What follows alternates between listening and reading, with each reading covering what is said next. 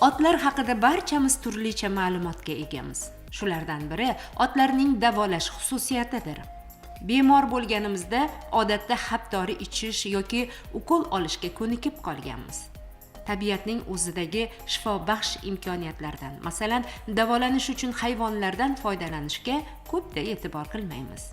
Ot xosiyatli jonivor, yarim dorixona. 100 dan ziyod kasallikni ot vositasida davolash mumkinligi tarixdan ma'lum. Oshqozon ichak, bo'g'imlar, qandli diabet, o't qopi, o'pka, buyrak, churra kasalliklari, umurtqa pog'onasi, jinsiy xastaliklar ana shular jumlasidandir.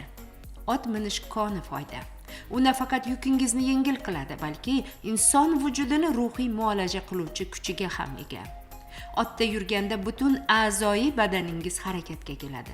Ayniqsa, jigar, o'pka, buyrak, yurak, oshqozon ichaklar silkinganda kishining tanasidagi qon aylanishi yaxshilanadi. Ichki a'zolar tabiiy massajdan huzurlanadi. Xorazm viloyat nogironligi bo'lgan shaxslarni reabilitatsiya qilish va protezlash markazi shifokorlari shu boisdan ipoterapiya, ya'ni ot bilan davolash yo'nalishiga katta ahamiyat qaratmoqda. O'zbekiston Respublikasi Milliy gvardiyasi Xorazm viloyati Chavandozlar maktabi bilan hamkorlik qilishmoqda. Xorazm viloyati Milliy gvardiya Chavandozlar maktabi bilan birgalikda hozir bizani mana Xorazm viloyati nogironlik bo'lgan shaxslarni reabilitatsiya qilish va protezlash markazi ipoterapiya, ya'ni ot bilan davolash usuli asosida mana memorandum imzoladik. Haftasiga 2 kun Milliy gvardiya o'sha Chavandozlar maktabidan maxsus ot bilan kelib, maxsus mutaxassislar markazimizga nogironligi bo'lgan shaxslarda o'sha davolash usullarini o'tkazish boshlandi. Buning uchun markazimizda alohida ipoterapiya uchun maxsus joy ajratildi. O'sha ipoterapiya bu haqida ozgina tushuncha beradigan bo'lsak, hippoz bu yunoncha so'zdan olingan bo'lib, adaptiv minish orqali ot bilan davolash usuli hisoblanadi. Ipoterapiya bu qadimgi uzoq tarixga borib taqaladi.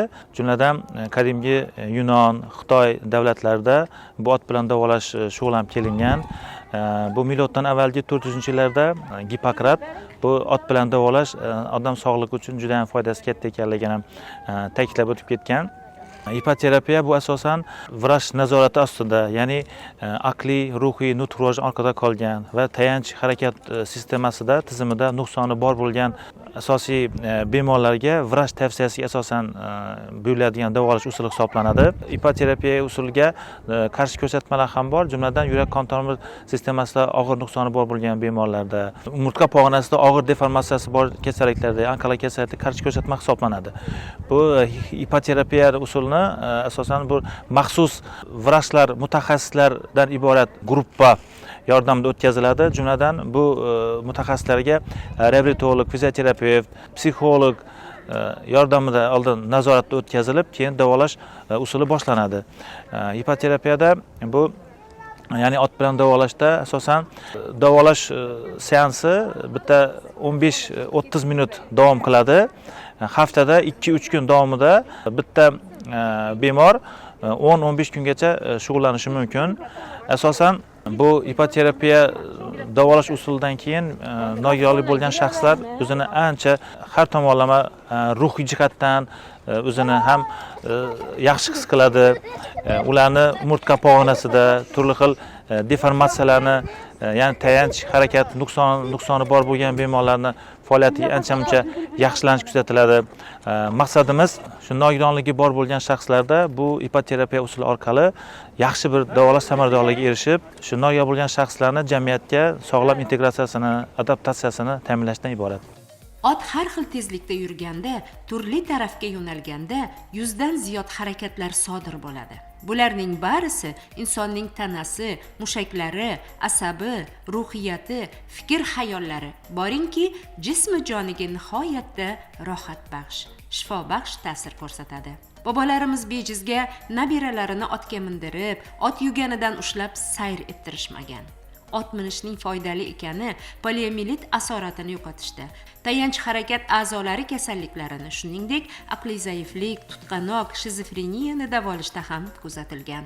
Egarlanmagan otda sayr qilish chog'ida bemorning kasallangan mushaklari uqalanadi. Buning natijasida qon harakati yaxshilanadi.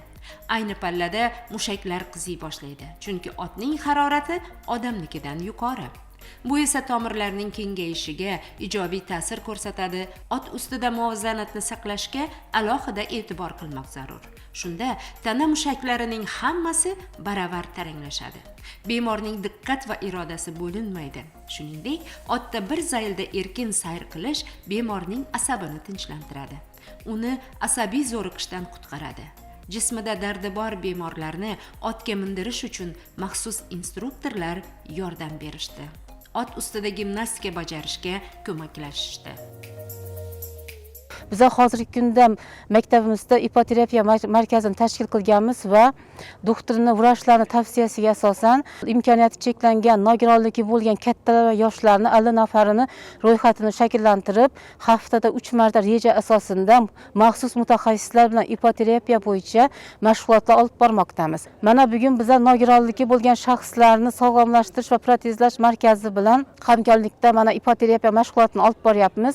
Bizlar shu yerda reja asosida haftada 2 marta kelib, shu yerda yotgan bemorlarga ham mutaxassislar yordamida ipoterapiya mashg'ulotlarini olib bormoqdamiz. Mana shu bemorlarni hozir ruhiy holatida o'zgarishlarni ko'rib, mana kelajakda bu yaxshi natija beradi.